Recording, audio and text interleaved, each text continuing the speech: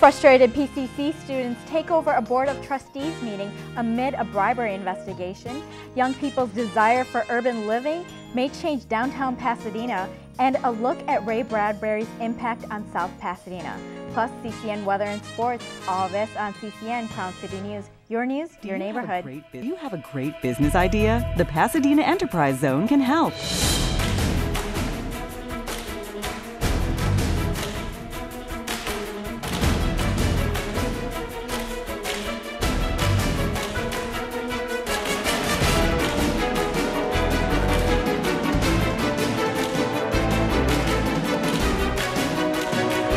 Pasadena Enterprise Zone, open for business. Hi, I'm Jesse Avila at the Convalescent Aid Society, a nonprofit organization established in 1923.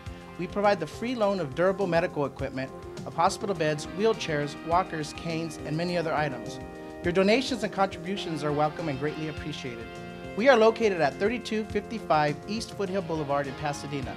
We're here to help you! Please give us a call and check for availability at 626-793-1696.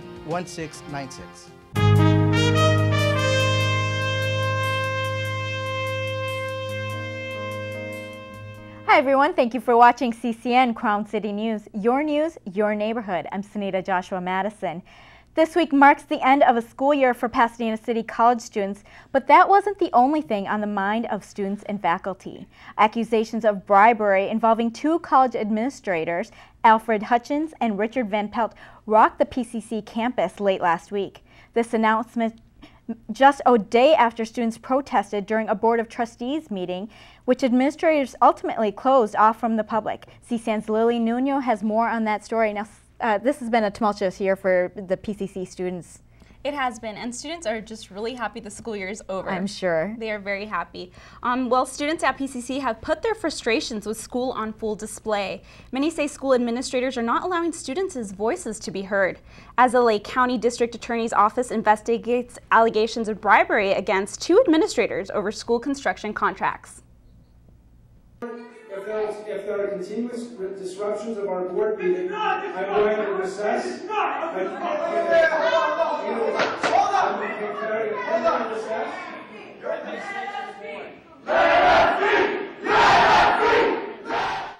Students at Pasadena City College are showing their frustration about allegations of bribery and what they say is a lack of transparency on the part of school administrators. The Associated Student Group met this past Friday to discuss the bribery investigation of Administrative Services VP Richard Van Pelt and Facilities Supervisor Alfred Hutchins, which School President Dr. Mark Rocha announced Thursday. We come today to announce news that has angered and saddened all of us, as I know it will for all of you who care about Pasadena City College.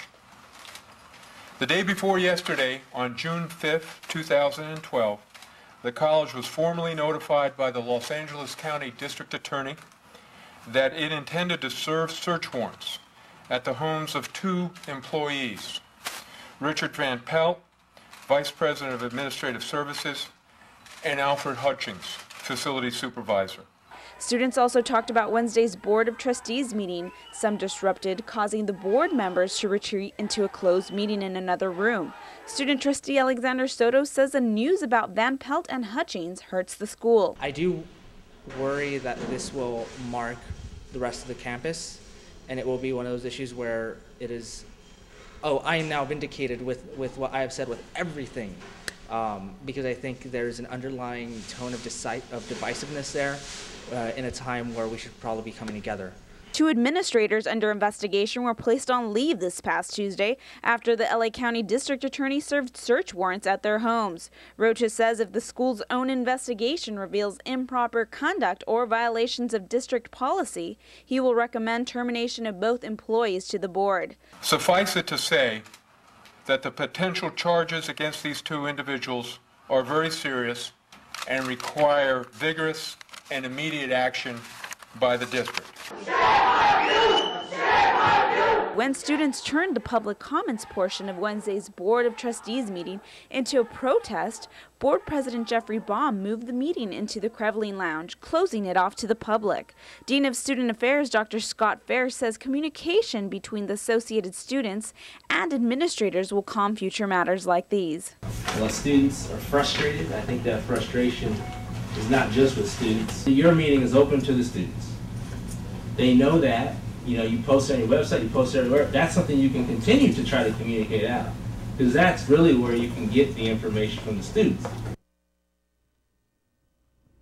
Van Pelt and Hutchins on leave as the DA investigates potentially illegal payments in exchange for granting school construction contracts. A report in the LA Times finds that Hutchins, a former police officer, was previously convicted of defrauding his employer. He resigned from his job as a Los Angeles police officer after pleading no contest to charges of fraudulently billing the department for overtime pay. He later had the conviction removed from public records, and he was also reportedly fired from teaching at the Los Angeles Valley College in 2005 for dishonest conduct. District Attorney David Demarjian says the DA was tipped off by a complaint and no criminal charges have been filed as of yet. Sehnita? Well, this is just really tough, I'm sure, for faculty as well as students, you know, feeling like they're cut off from this. So thanks for that report. That was really, what a meeting they had over there. It was. Okay. Well, in an online bulletin today, Dr. Mark Rocha addressed his sentiments to colleagues by saying, quote, "On this Monday, more than any other Monday, I ask you to turn to your nearby colleague and ask for his or her well-being. We have experienced a trauma, and we are called to minister to each other and with compassion, kindness, and grace." End quote. We'll have more on that story, I'm sure, as we continue. Well, there are so many more stories happening in the San Gabriel Valley that we just aren't able to fit them into this 30 minutes. So we encourage you to visit CCN Crown City News website, that's crowncitynews.com, and check out all the articles and videos we have posted there. Just today, the U.S. Commerce Secretary John Bryson was taken to the hospital while police investigated a series of hit and runs they say he was involved in. That story, plus information on upcoming power rate increases and injured hikers in Eaton Canyon.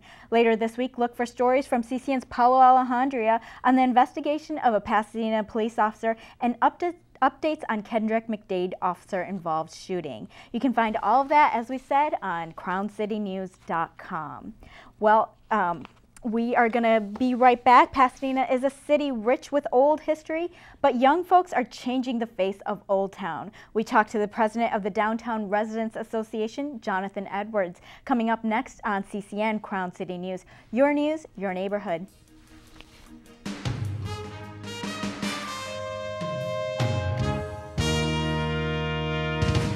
Hi, I'm Dr. Zarif, and I'm excited about sharing with you 3 important tips for better sleep, better rest. Are you ready for this? Now, if you're one of the 25 million or more people who are having a problem, I'm going to give you these tips that you can live by. Number 1, reduce the amount of food at the end of your day. Instead of having that large dinner, have a smaller meal. Something like a lettuce, salad, nice, fresh, crispy salad, and some tea, you know, green tea, nice and warm, or you can have a hot cereal. See, I know hot cereal, yeah, hot cereal has tryptophan in it. Tryptophan is converted to serotonin, and serotonin helps you to get into a deeper sleep. Number 2, let's eat all whole grains. Whole grains, yeah, whole grains. None of the stuff that is refined or commercial foods, and it's usually stripped. So white rice, white sugar, white flour, you get it, right? Any of those things, they are too condensed. So we want the whole wheat products, again, that's loaded with tryptophan to help you to get into a deeper rest. And lastly, the time. Allow at least 3 hours after you eat your meal to sleep. In other words, don't eat and go straight to bed. This has been Dr. Zarif with tips for better health.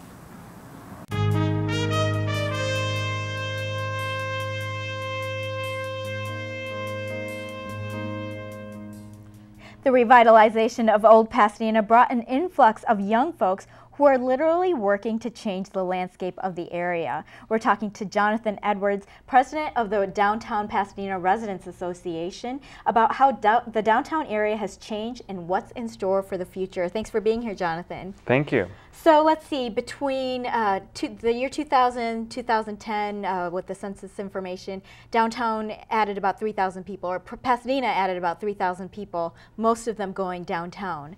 What is it about the downtown that just attracts people, especially young people?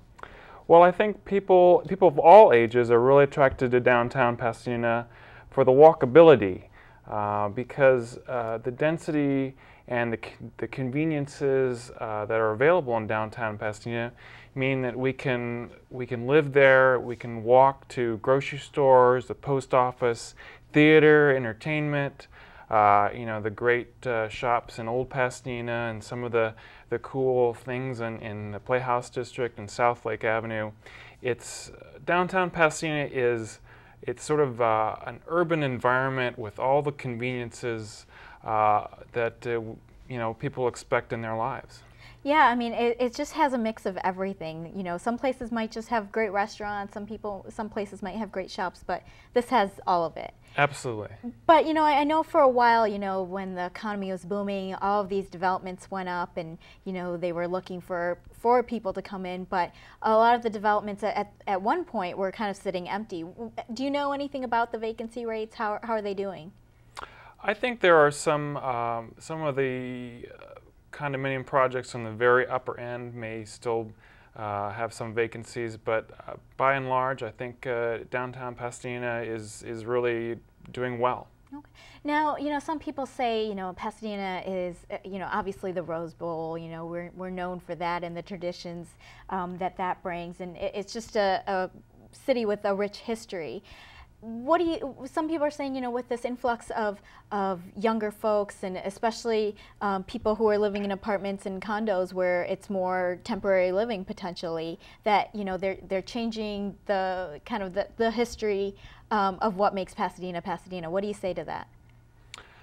I think that one of the reasons people move to Pasadena is not just the walkability, but the you know, the rich architectural environment that we have. So I don't see that newcomers that are all, you know, less value Pasadena's historical heritage any less than people who've lived here a long time. I think it's just as important, and it's a fundamental value of our city, and that's for the newcomers as well as people who lived here for a while.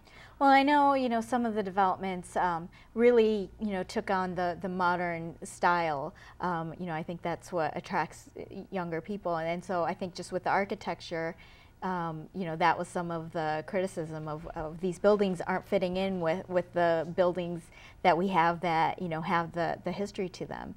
Have you heard any of that, or? I wouldn't agree that young people are attracted to modern architecture. You know, I don't see a stylistic preference within an age group, and I think that some of the complaints that have been voiced about some of the new development in downtown Pasadena are perfectly legitimate stylistically. Not saying that everything, you know, all new development has to be, you know, Gothic architecture, or, you know, you can have variety, right? You can. There's room for modern architecture in Pasadena. You know, I think there's certain places within this, you know, the Civic Center, for example, right next to City Hall, where we want to be mindful about how it fits in with the rest of the architecture that's there. Absolutely. Let me ask you, I know that you were working, so right now there are 6 council members, I believe, who... There are 7. 7, sorry, who all have a piece of the downtown area in their district. There are 7 total. There's 4 of those 7 have a piece of downtown Pasadena. Okay. And now are you working towards trying to create one representative for the downtown area alone? Is that one of the goals? I think, you know, that's something that we asked the city to do while redistricting was on the table. That didn't happen, and in the process, the council unanimously said that they support downtown Pasadena, and so moving forward, that's how we're going to proceed. Okay, so you're not necessarily looking for a unified district in 10 anymore. years again, the opportunity will arise, and we'll look at it then. Okay. Now, and the Residents Association has also proposed using the transportation improvement fee towards making it even more pedestrian friendly and bike friendly. What are some of the ideas you'd like to see happen? Well, I've just visited the city of Portland. As always cited, right? As always cited, and they're just doing some really terrific things there in terms of bike lanes, and they've got these sort of pop-outs in parking spaces where they put a whole bunch of bike racks or whatnot. We'd like to see a streetcar in downtown Pasadena. That'd be great. Yeah, they're doing one in downtown Los Angeles. They're doing one in downtown Cincinnati, all over the nation. Bringing those back, right? Bringing those back, and Pasadena is the perfect place to just extend walkability. So do you think we'll see the Keep Pasadena Weird stickers at some point? maybe in 10 years, huh? Maybe. Okay. Well, thank you so much for being here, Jonathan, and we'll definitely hear more about all the changes and what's going on there. I look forward to talking about it. Okay, thanks for coming in. Well, Ray Bradbury left a rich legacy of work around the world since his passing last week.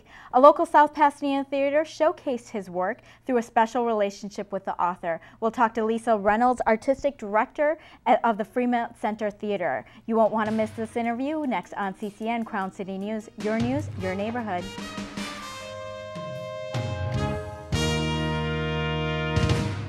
The CCN Energy Saver is brought to you by Southern California Edison. Dave, what are some other ways customers can save energy? Well, I certainly want to make sure that they use energy efficiently and wisely. One of the things that we recommend doing is turning off equipment when they're not using it. That's probably the most easiest and most efficient way of reducing their energy costs. But purchasing equipment that has, again, I say the Energy Star rating on it. We want to make sure that they use thermostats that are programmable, because that helps customers reduce operating costs by having the equipment come on at the desired setting as well as the desired times. Weatherization, plugging up gaps in your walls or door seals, making sure that you don't have any air leaks. Well, thank you for that information, Dave. Hopefully customers find it helpful. This has been Luna Petty with your CCN Energy Saver. The CCN Energy Saver is brought to you by Southern California Edison.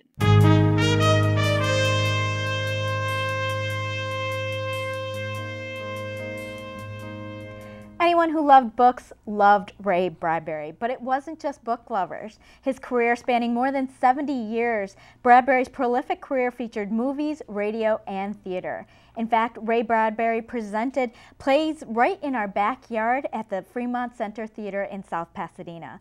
Lissa Reynolds is here live to talk about the theater's special relationship with the author. Thanks for being here, Lissa. Hey, thank you for having us, and what a sad time that Ray is gone now. But he was here so long, it feels like we can talk, you know, he put so much out there, so much of himself that absolutely it's fun to talk about his life. He was a gift to the world. He really was. But what brought him to the Fremont Center Theater? Well, you know, he had a theater somewhere else that had been taken through a redevelopment of that city, and so he was looking for a space, and his publicist, actually, Philip Sokoloff, had recommended he look at our space because it was in a small town, South Pasadena, inviting, friendly, and it seemed to sort of be what he was all about. And he fell in love with it and said he only wanted to do his shows there. And we actually rearranged our season that was set a year in advance just so he could come there. We thought it would be for one show, and it was a dozen shows. He did 12 shows there. What does it feel like to have a person of that level come in and say, I want to be here? It's extraordinary. I mean, just to have him in our lives on a regular basis and to surprise audiences by the fact that he's right there out in the garden, signing autographs, talking, letting you, take a picture.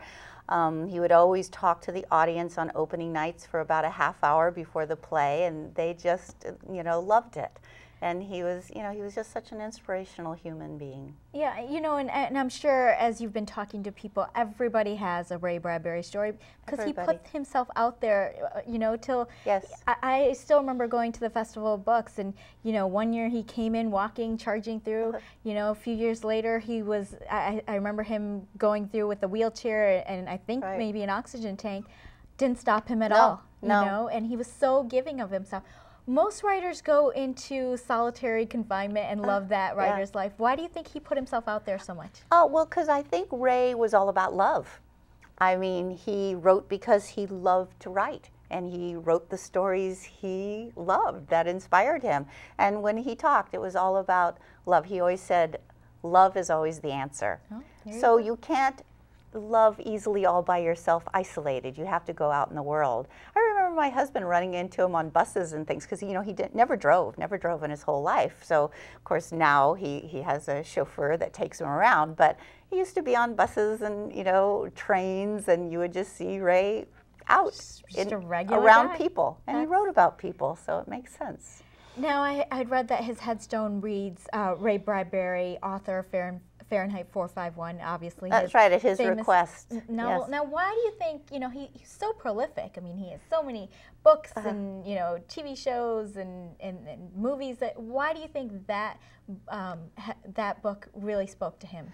Well, you know, I can't really answer for Ray, but I did think it was interesting last year, of all the places that asked him to celebrate his 90th birthday, he came to Little South Pasadena's library. He loved libraries. I mean, here you would think, you know, he'd go someplace really exotic, but he wanted to celebrate it, and I was so proud to introduce him at his 90th birthday, which ended up being one of his last public appearances. But it was, I think books were his passion. Well, you know, there's a story that he, when he was younger, a magician touched him and said, you know, you should live forever, and he decided through writing that's how he would. And, you know, through his work, he certainly will live forever. So we want to thank you for coming in and talking about Ray Bradbury, and hopefully we'll see more of his shows again, still, even if he doesn't make his appearance. Hopefully so. Okay, well, thank you so much.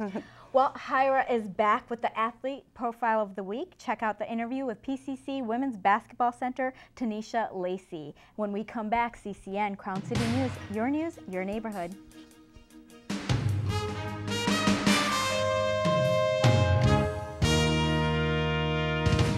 If your child is getting behind in school and needs help organizing, reading, writing, or studying, Klein's Classes can help. Audrey Klein has been teaching for more than 20 years. Her book, Skills for Student Success, can teach your child essential learning tools. Klein's Classes are affordable and conveniently available online. You can view the lessons and educational films anytime. I've seen children jump 2 reading levels in 1 year. I've proven it over and over again. Don't let another semester pass without getting your child some help. Visit kleinsclasses.com and get started today.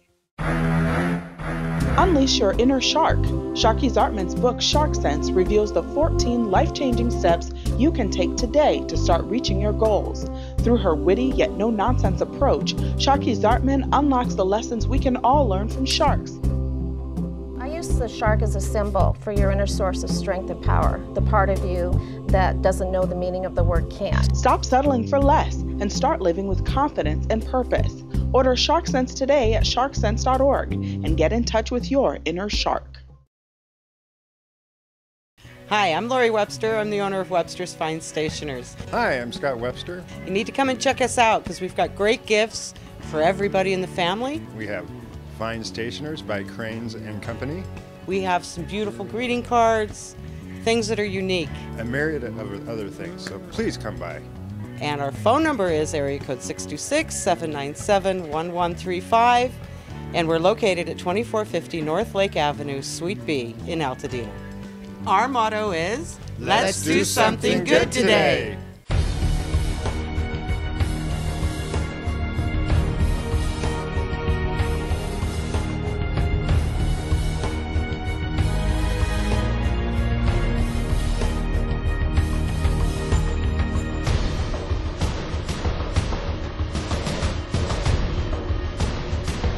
Live, work, play, and shop in the North Lake Village. See for yourself when you visit our village.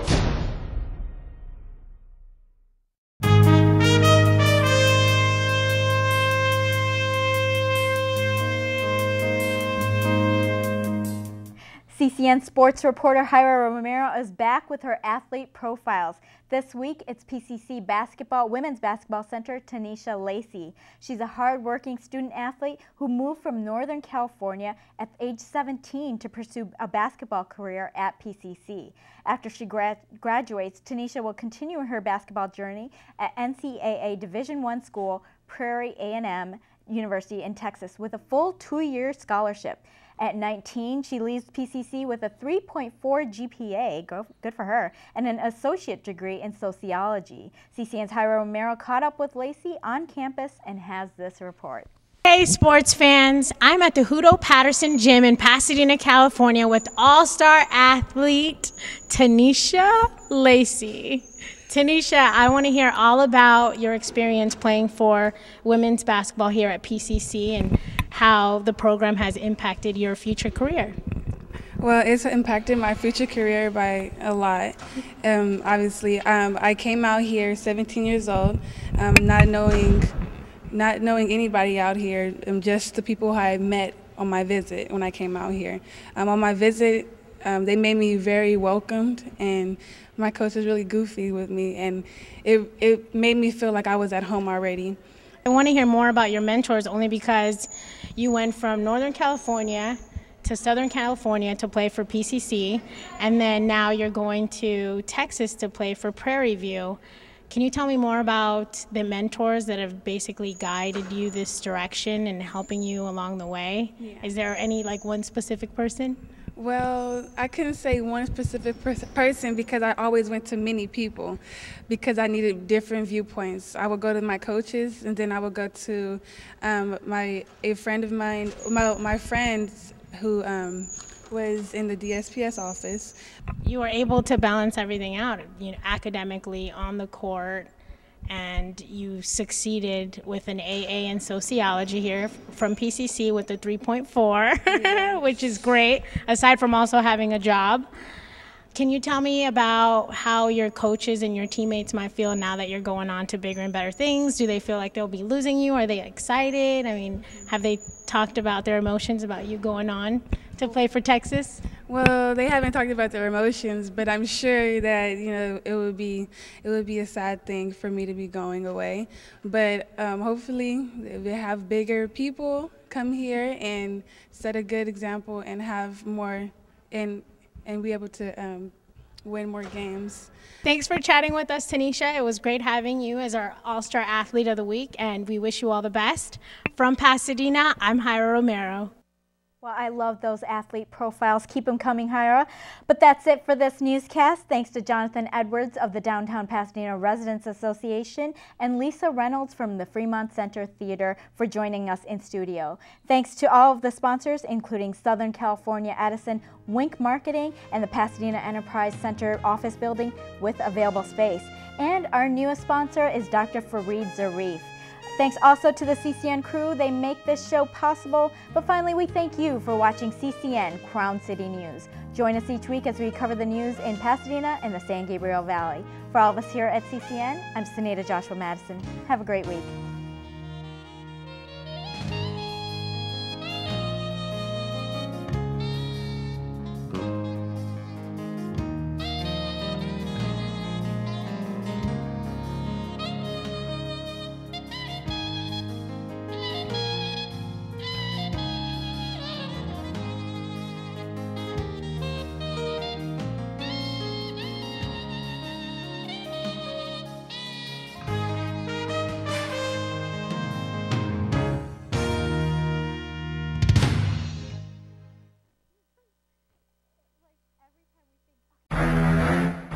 Unleash your inner shark. Sharky Zartman's book, Shark Sense, reveals the 14 life-changing steps you can take today to start reaching your goals. Through her witty yet no-nonsense approach, Sharky Zartman unlocks the lessons we can all learn from sharks. I use the shark as a symbol for your inner source of strength and power, the part of you that doesn't know the meaning of the word can't. Stop settling for less and start living with confidence and purpose. Order Shark Sense today at sharksense.org and get in touch with your inner shark. Hi, I'm Jesse Avila at the Convalescent Aid Society, a nonprofit organization established in 1923. We provide the free loan of durable medical equipment, of hospital beds, wheelchairs.